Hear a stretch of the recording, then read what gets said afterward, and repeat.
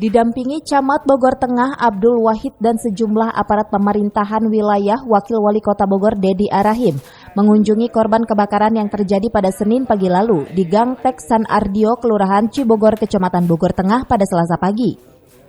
Selain menyampaikan keprihatinannya atas musibah yang menimpa 3 rumah dengan 5 kepala keluarga itu, Dedi pun mengingatkan warga agar memiliki kesadaran untuk selalu waspada dan tidak melakukan aktivitas yang bisa memicu terjadinya kebakaran, serta kesadaran bergotong royong terutama di kawasan padat yang sulit dijangkau langsung oleh petugas pemadam kebakaran.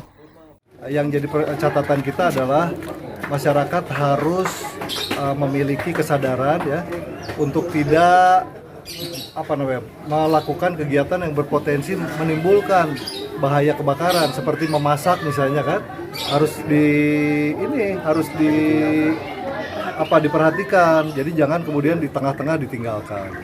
Nah, kemudian yang kedua, gotong royong dari masyarakat, saya memberikan apresiasi karena sejauh ini peran masyarakat lah yang kemudian bisa mempercepat proses pemadaman api. Kan kalau kita lihat jarak ya dari jalan Emma Salmon sampai ke dalam ini cukup panjang. Jadi kalau bukan masyarakat yang membantu ya kesulitan buat petugas juga. Terima kasih untuk Pak RW, Pak Eko ya dan Pak RT, seluruh jajaran masyarakat di Kelurahan Cibogor. Mudah-mudahan menjadi pelajaran ya, buat kita semua untuk lebih berhati-hati lagi.